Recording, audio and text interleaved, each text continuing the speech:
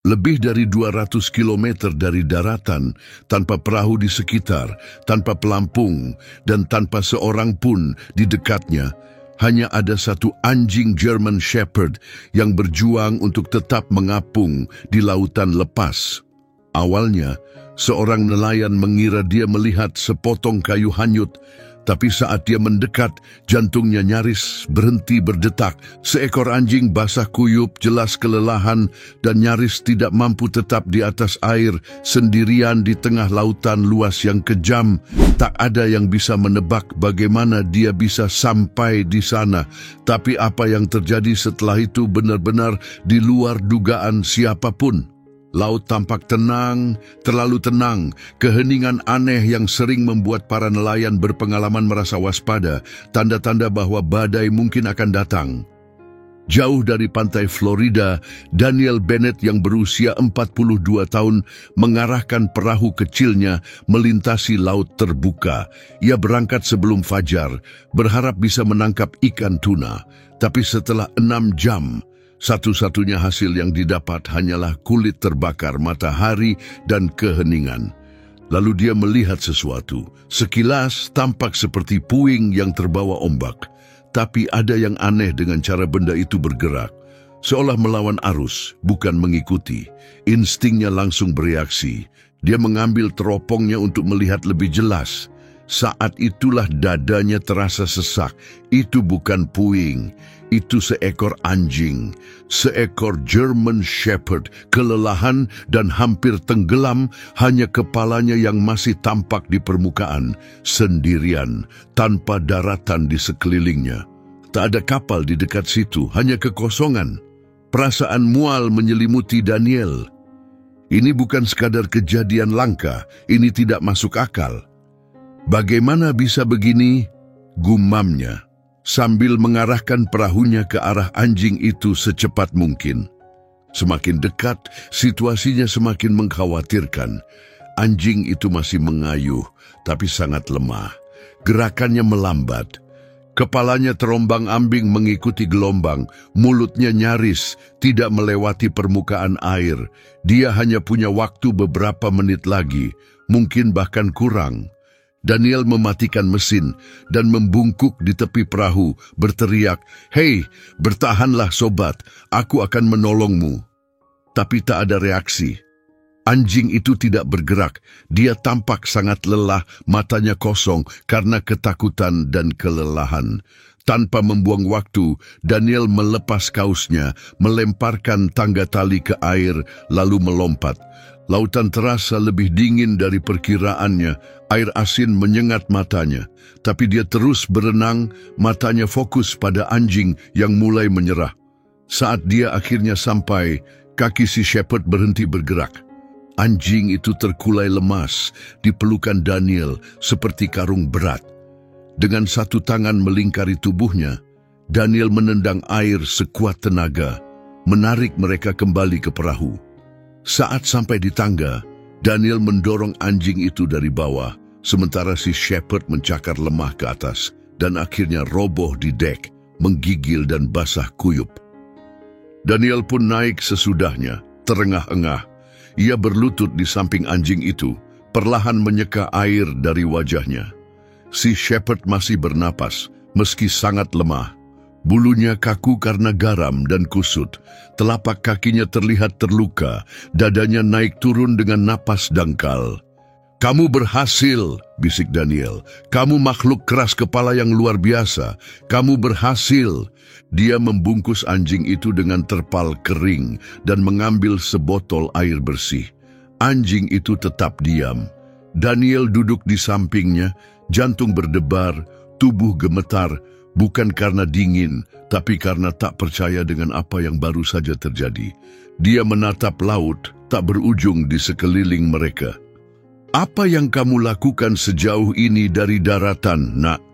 tanyanya pelan. Si Shepherd tak menjawab, tapi di matanya yang berwarna kuning kecoklatan, ada sesuatu yang tampak, bukan ketakutan, bukan rasa sakit, tapi sesuatu yang lebih kuat, keinginan bertahan hidup yang tenang dan tak tergoyahkan. Daniel menarik terpal lebih rapat dan mengarahkan perahu menuju marina terdekat. Jaraknya hampir 2 jam. Matahari mulai terbenam, memantulkan cahaya hangat di permukaan air, tapi si anjing tak mengangkat kepalanya. Dia hanya terbaring di sana, menggigil. Sesekali Daniel memeriksanya, masih bernapas, masih hidup. Namun pertanyaan-pertanyaan terus berputar di kepala. Tak ada kalung, tak ada tali kekang, tak ada pelampung, tak ada chip identitas. Satu-satunya petunjuk adalah kulit yang lecet di bawah kaki depan anjing itu, tanda bahwa dia kemungkinan sudah berenang selama berjam-jam, mungkin lebih lama. Daniel pernah mendengar cerita tentang orang-orang yang dengan kejam melemparkan anjing dari kapal. Pemilik tak berhati yang memperlakukan mereka seperti sampah, tapi tak pernah sejauh ini. Lebih dari 200 kilometer dari daratan, ini sesuatu yang berbeda. Dia mengulurkan tangan dan menyentuh punggung si shepherd. "Kamu punya nama, nak," bisiknya. Tak ada gerakan, tak ada kedipan. Daniel menatap wajahnya. Mata si shepherd kini terbuka, sedikit waspada. Belum percaya, belum saatnya. Tapi memperhatikan, saat mereka tiba di daratan, Daniel tidak langsung menuju layanan pengendalian hewan. Ada sesuatu dalam dirinya yang menolak melakukannya. Sebagai gantinya, dia mengangkat anjing yang lemas dan kelelahan itu dengan hati-hati ke dalam truknya dan langsung menuju klinik hewan kecil yang dia percayai di pinggiran Clearwater. Resepsionis menoleh saat Daniel masuk, basah kuyup dan terengah-engah. "Pak, Anda tidak bisa begitu saja. Dia hampir mati," potong Daniel. Suaranya pelan tapi tegas. "Lebih dari 130 mil dari pantai, tanpa tanda pengenal, tak ada yang tahu dia milik siapa." Ruangan menjadi hening. Seorang asisten dokter hewan muda mengintip dari lorong, matanya membelalak karena tak percaya. "Anda bilang sejauh apa?" 135 mil, jawab Daniel. "Dia sendirian di tengah kehampaan." Dalam hitungan menit, si shepherd dibawa ke ruang belakang. Daniel tetap duduk di ruang tunggu, masih basah dan gelisah. Dia tidak tahu kenapa anjing ini begitu menyentuh hatinya. Mungkin karena semangat juangnya, keengganan untuk menyerah, bahkan saat tak ada harapan. Sekitar 20 menit kemudian, dokter hewan keluar. "Dia sangat kelelahan," katanya. "Dehidrasi parah, banyak luka lecet, dan benar-benar kehabisan tenaga. Tapi..." Dia terdiam sejenak, ada nada kagum di suaranya, jantungnya tetap kuat. Melawan semua kemungkinan, dia masih bertahan. Daniel menghela napas panjang, rasa lega memenuhi dadanya. "Tak ada microchip," lanjutnya, "tapi kami menemukan ini." Ia mengulurkan sepotong logam kecil yang sudah berkarat. Itu tersangkut di bulu dekat leher anjing. Sepertinya ini sisa kalung identitas. Daniel memutarnya di jari-jarinya. Sebagian besar sudah tak terbaca, hanya satu huruf yang tersisa, B. Tak ada tanda lain, tak ada angka, tak ada nama, hanya itu. Malam itu Daniel membawa si shepherd kembali ke kabinnya, rumah kecil dekat pantai dengan dinding kayu yang sudah lapuk dan dermaga tua yang menjulur ke laut. Dia membaringkan anjing itu dengan lembut di atas selimut yang dilipat, meletakkan semangkuk air di dekatnya. Si shepherd tidak menyentuhnya, tapi pandangannya tak pernah lepas dari Daniel. Sebelum tidur, Daniel duduk di lantai di sampingnya. "Aku tak tahu bagaimana kamu bisa selamat dari lautan itu," bisiknya. "Tapi sekarang aku di sini, kamu tidak sendirian lagi." Anjing itu berkedip pelan, bukan karena percaya. Belum, tapi ada sesuatu yang mulai muncul. Pagi harinya, Daniel terbangun oleh suara pelan cakaran kuku di lantai kayu. Sesaat, dia mengira itu hanya mimpi, tapi ternyata tidak. Si shepherd itu perlahan bergerak di sekitar ruangan, goyah, sedikit pincang, tapi berdiri, masih hidup. Daniel duduk tegak menatap dalam kekaguman yang sunyi. "Nah, lihatlah dirimu." Anjing itu tidak menunjukkan kegembiraan, tak ada ekor yang bergoyang, tak ada lompatan antusias, hanya diam sejenak, sebuah tatapan, satu kali kedipan panjang. Daniel bangkit menuangkan air segar, lalu menyajikan ayam hangat. Anjing itu mencium makanannya, lalu mulai makan, perlahan, hati-hati, tapi tidak berhenti. Itulah makanan pertamanya sejak penyelamatan. Daniel berjongkok di dekatnya, mengamati setiap gerakannya. Kamu pernah dilatih, gumamnya pelan. Kamu bukan anjing jalanan, itu jelas. Ada kedisiplinan dalam dirinya, kendali. Dia tidak mudah terkejut, tidak mengemis, tidak mengeluarkan suara. Dia hanya mengamati, menghitung, menunggu. Daniel pernah melihat ketenangan seperti itu sebelumnya pada anjing layanan yang dilatih untuk tugas berisiko tinggi saat dia masih menjadi bagian dari tim penyelamat Angkatan Laut. Setelah sarapan, Daniel melangkah keluar ke dermaga. Angin membawa aroma garam, bersama dengannya kenangan masa lalu. Di belakangnya terdengar langkah kaki mendekat. Si Shepherd mengikutinya keluar. Dia berdiri di samping Daniel, menatap laut yang nyaris merenggut nyawanya. Kamu pasti sudah melihat banyak hal, bisik Daniel, pandangannya ke cakrawala. Bukan begitu? Anjing itu tetap diam. Sore harinya, Daniel menelepon seorang teman lama, Frank, mantan petugas unit anjing pelacak yang kini melatih anjing-anjing kerja. Aku butuh kamu bertemu seseorang, kata Daniel. Ada sesuatu yang berbeda dari dia. Frank datang di sore hari, bertubuh tinggi, tenang, dan penuh fokus. Dia melangkah masuk ke kabin tanpa berkata sepatah kata, berjongkok di depan si Shepherd dan mengamatinya. Anjing itu berdiri diam, telinganya terangkat sedikit tapi tanpa ketegangan. Duduk, kata Frank lembut, tak ada reaksi. Berbaring, masih tidak ada respon. Lalu Frank membuat sebuah isyarat sederhana, 2 jari turun dan sedikit melengkung. Si Shepherd langsung rebah, berbaring dengan ekor merendah dan mata tertuju pada Frank. Rahang Daniel mengencang. Apa itu tadi? Perintah diam, jawab Frank. Digunakan dalam operasi khusus. Ia menatap Daniel. Anjing ini dilatih untuk tugas serius. Kamu bukan sekadar menyelamatkan anjing liar dari lautan. Daniel menatap ke bawah ke arah si Shepherd yang kini berbaring tenang, mengawasi mereka berdua. Lalu, apa yang dia lakukan sejauh itu di tengah laut? Bisiknya. Frank tidak menjawab, dia tak perlu menjawab. Keheningan itu justru membuat pertanyaan berikutnya terasa lebih berat. Siapa yang mengirim Bolt ke sana? Dan untuk tujuan apa? Malam itu, Daniel tak bisa tidur. Ia duduk di dekat jendela, menatap anjing yang kini meringkuk di dekat kaki ranjang. Di atas meja terdekat tergeletak potongan logam berkarat yang tertulis huruf R yang telah memudar.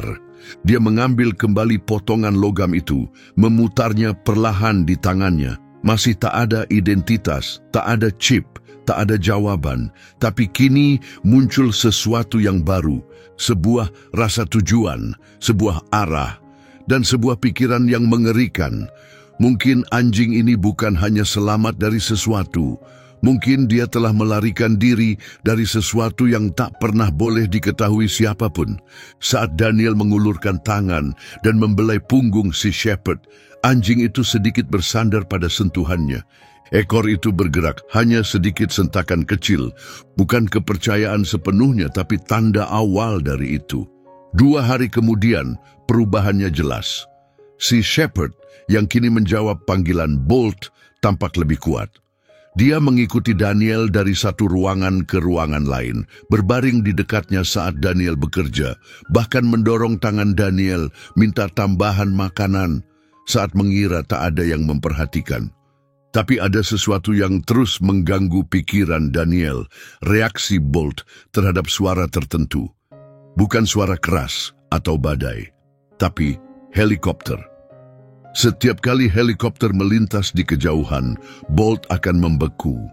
Telinganya menurun, posturnya mengecil, dan mata itu tajam dan siaga langsung mengeras, seperti naluri yang aktif. Bukan ketakutan, pelatihan, trauma. Daniel tak bisa mengabaikannya. Ia mengambil lagi tag logam yang rusak itu. Kini ukiran pudar itu tampak lebih mirip ER. Pasti ada kisah yang lebih dalam di baliknya. Anjing tidak tiba-tiba muncul di tengah laut tanpa alasan. Jadi, Daniel memutuskan untuk menggunakan sesuatu yang sudah lama ia tinggalkan, laptop lamanya yang tersimpan jauh di dalam lemari. Ia menyalakannya dan masuk ke sistem pencarian aman yang hanya bisa diakses oleh veteran militer dan kontraktor. Itu berisiko, tapi pertanyaan-pertanyaannya tak memberinya ketenangan. Ia mengetikkan data dasar. German Shepherd, anjing militer, tanpa chip, merespons isyarat taktis, terakhir terlihat di wilayah operasi Pantai Timur. Hasilnya tidak muncul secara publik. Sebuah berkas terbatas muncul ditandai dengan bendera merah. Operation Nightmark, program pemulihan aset hewan. Dahi Daniel mengernyit. Ia belum pernah mendengar nama itu. Dia mengklik. Akses ditolak.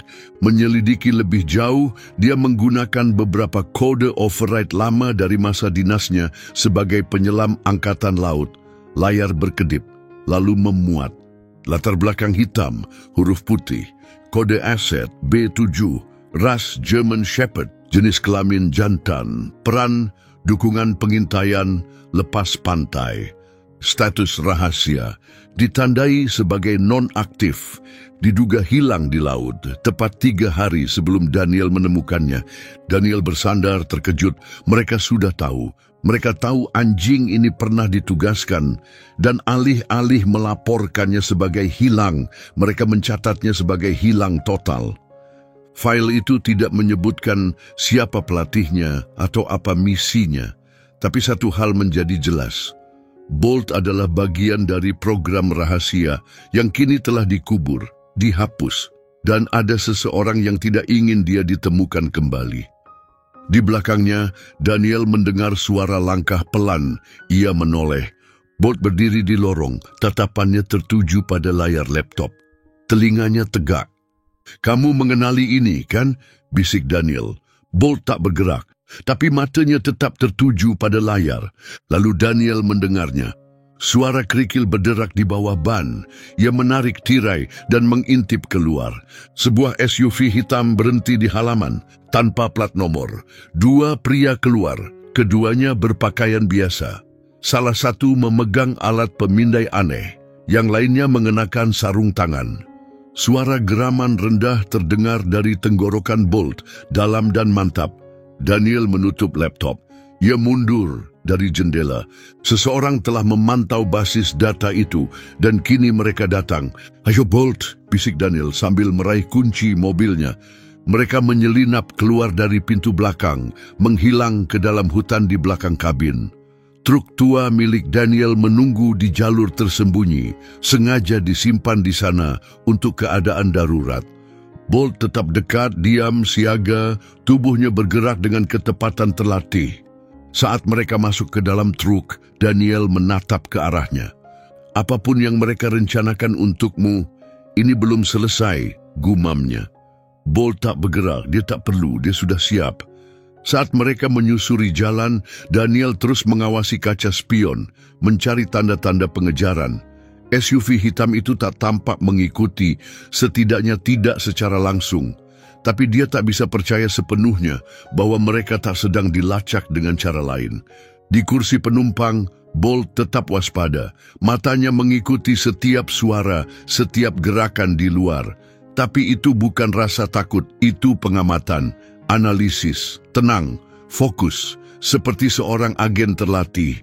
Mereka keluar dari jalan utama dan mengikuti jalan tanah yang terlantar, berkelok-kelok di tengah hutan menuju marina tua yang sudah bertahun-tahun tak dikunjungi Daniel. Tempat yang tak akan terpikirkan oleh siapapun. Hanya ada beberapa dermaga rusak dan sebuah gudang penyimpanan tua. Itulah rencananya. Tempat yang dilupakan. Dia memarkir truk di bawah semak lebat dan mematikan mesin. "Kita berlindung di sini malam ini," ucapnya pelan.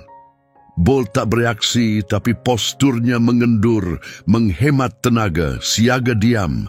Di dalam gudang berdebu itu, Daniel membentangkan selimut di lantai kayu. Tempat itu berbau air laut dan oli mesin. Bolt menyisir ruangan perlahan sebelum akhirnya duduk di dekat pintu masuk, berposisi sempurna untuk menjaga satu-satunya jalan keluar.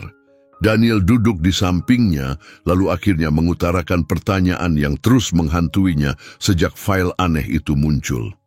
Sebenarnya, mereka memanfaatkanmu untuk apa ya? Dia tak mengharapkan jawaban, tapi keheningan tak menghentikannya untuk melanjutkan. Aku pernah lihat anjing-anjing terlatih, pelacak, pendeteksi bom, bahkan pernah dengar tentang unit bawah air. Tapi kamu berbeda. Kamu tidak hanya dilatih untuk mengikuti perintah. Seseorang mengajarkanmu untuk berpikir. Bolt mengangkat kepalanya. Tatapannya mantap, sadar, bukan kosong, menyadari segalanya. Lalu tanpa diduga, dia meletakkan satu kakinya di atas sepatu bot Daniel. Sederhana, lembut, tapi penuh makna.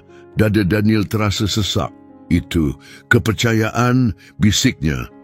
Napas pelan keluar dari hidung Bolt, bukan desahan sepenuhnya, tapi hampir. Malam itu, tak satu pun dari mereka benar-benar tidur. Keheningan membentang, hanya dipecah oleh suara ombak dan angin di kejauhan. Saat fajar menyingsing, Daniel berjalan ke dermaga dengan Bolt di sisinya. Langit berwarna emas, pucat. Ia punya satu ide lagi. Berisiko. Aku harus cari tahu siapa yang mengirimmu ke sana, katanya sambil memeriksa perlengkapan dalam tas tahan air. Tapi mereka pasti mulai mencarimu sekarang. Kamu harus tetap bersembunyi. Dia berhenti menatap anjing itu. Kecuali kalau kamu ingin menghilang, kamu pantas mendapatkannya. Bolt memiringkan kepalanya sedikit. Kalau kamu mau berjalan masuk ke hutan dan tak pernah kembali, aku akan mengerti, tak akan ada pertanyaan. Tapi sebagai gantinya, Bolt melangkah maju dan berdiri di antara Daniel dan tepi dermaga. Tak bergerak, menjadi penghalang. Sebuah pilihan. Daniel menatap matanya. Kamu mau tetap tinggal? Bolt membalas tatapan itu. Senyum tipis muncul di bibir Daniel. Kalau begitu baiklah, partner. Mereka menuju sebuah perahu kecil yang diikat di belakang dermaga, sisa dari masa penyelaman Daniel. Tua tapi tenang, tak terdaftar, bisa diandalkan. Saat mereka meluncur ke perairan yang lebih dalam, Daniel melirik ke balik pepohonan. Setengah tersembunyi di antara pinus, ia melihat SUV hitam itu. Ia mengumpat. Mereka menemukan truknya. Bolt berdiri di haluan, angin menekan bulunya, matanya terpaku ke daratan. Kemudian pintu SUV terbuka. Seorang pria keluar, berpakaian gelap, wajahnya sebagian besar tertutup topi dan kacamata hitam. Ia memegang ponsel di dekat mulutnya. Saat itulah Bolt menggonggong, pendek, tajam. Bukan karena takut, tapi karena mengenali. Daniel menoleh padanya. Kamu mengenalnya. Bolt menggonggong lagi, lebih keras kali ini, lalu mulai mondar-mandir cepat di dek, gelisah. Itu pelatihmu? Tanya Daniel. Tak ada jawaban, hanya gerakan semakin terfokus. Tubuh anjing itu menegang, telinga tegak. Daniel memutar kemudi dan mengarahkan perahu ke laut lepas. Bukan sekarang, gumamnya, kita belum siap. Bolt duduk, tapi matanya tak lepas dari garis pantai. Siapapun pria itu, sekutu atau musuh, Bolt belum melupakan. Dan kini Daniel tahu, ada seseorang di luar sana yang berusaha menyembunyikan semua ini, tapi tidak untuk selamanya.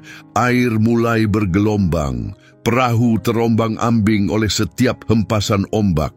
Daniel menggenggam kemudi lebih erat, otot-ototnya menegang. Di sampingnya Bolt berdiri dengan seimbang, cakarnya menancap kuat, tatapan lurus ke depan. Mereka tak bicara sepatah kata pun selama hampir 1 jam. Tapi keheningan itu penuh makna. Anjing ini, dia bukan sekadar penyintas. Dia adalah kunci menuju sesuatu yang jauh lebih besar. Daniel mengarahkan perahu ke celah sempit di antara batu-batu tempat tersembunyi yang hanya dia yang tahu. Dulu digunakan saat misi-misi membutuhkan kerahasiaan tinggi. Ia mematikan mesin. Teluk kecil itu sunyi, tapi mereka berdua tahu kedamaian ini tak akan bertahan lama. Tebing-tebing terjal mengelilingi mereka. Teluk itu tersembunyi, hanya bisa diakses lewat laut atau perjalanan kaki panjang menembus hutan liar, tempat yang sempurna untuk menghilang. Daniel mematikan mesin, membiarkan keheningan menyelimuti. "Baiklah," gumamnya sambil melempar tali ke arah batu.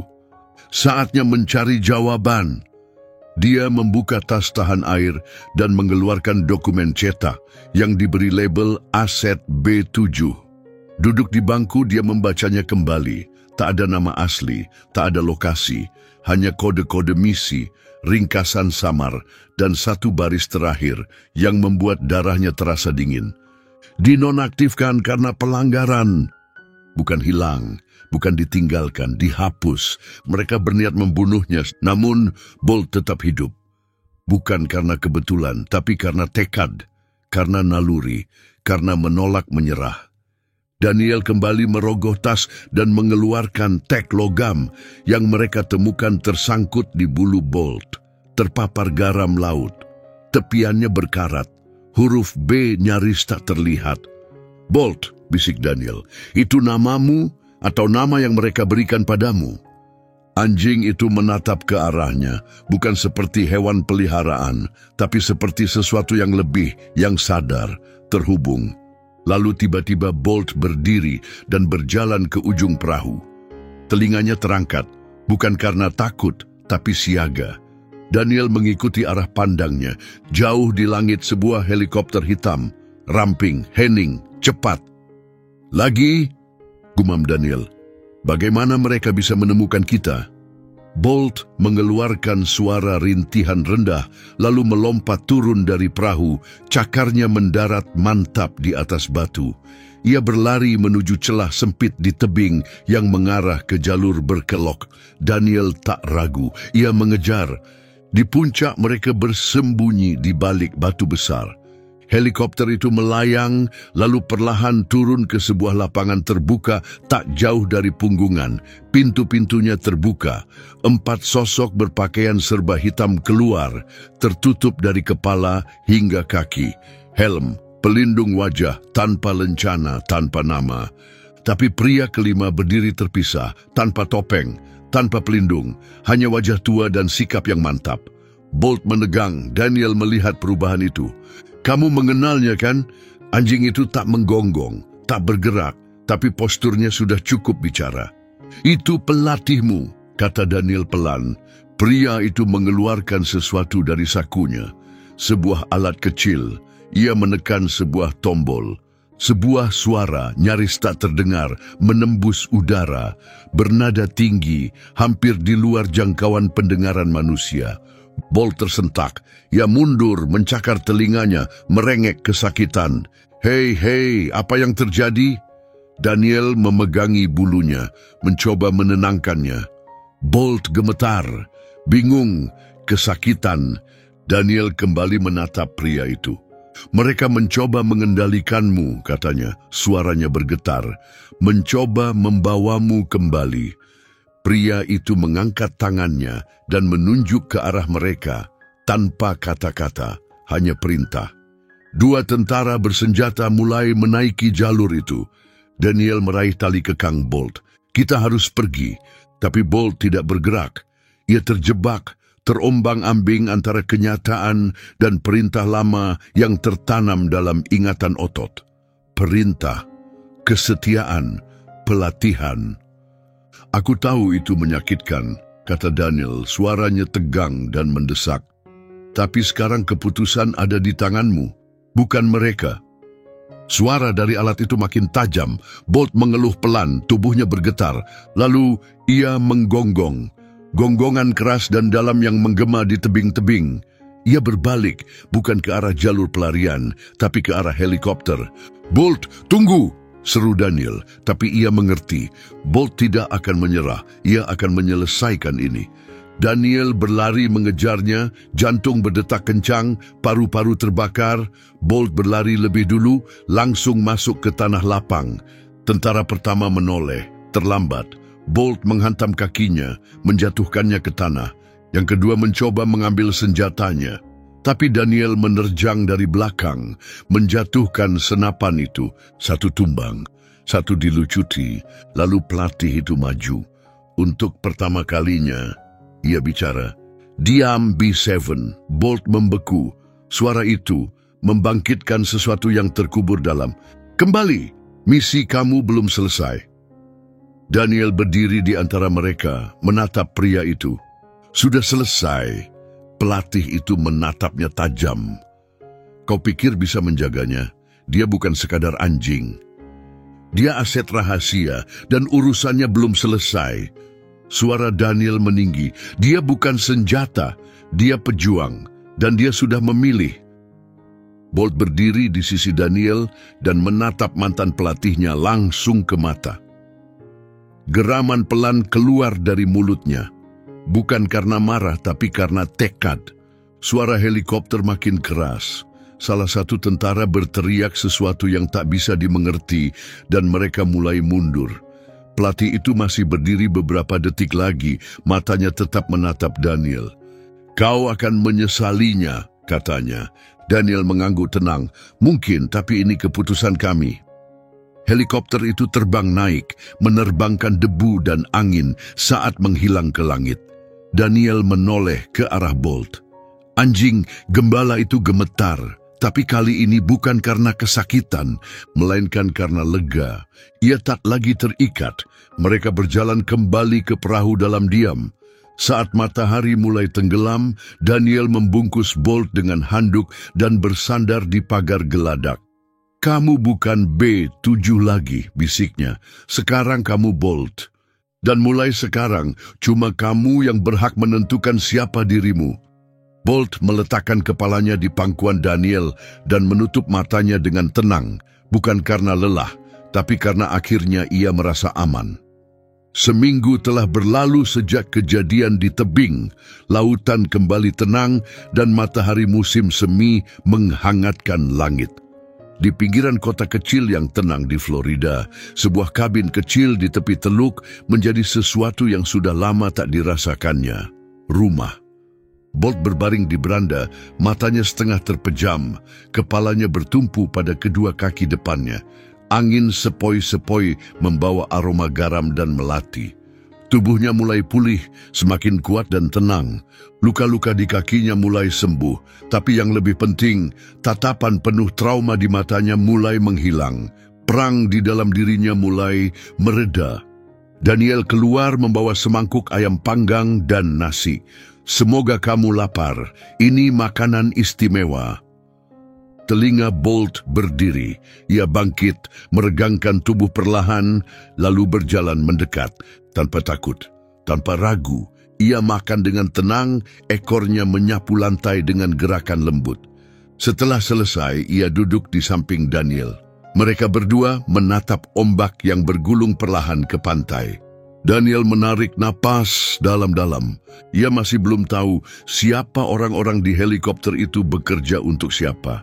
Tidak ada kabar sejak saat itu. Mungkin mereka sudah menyerah.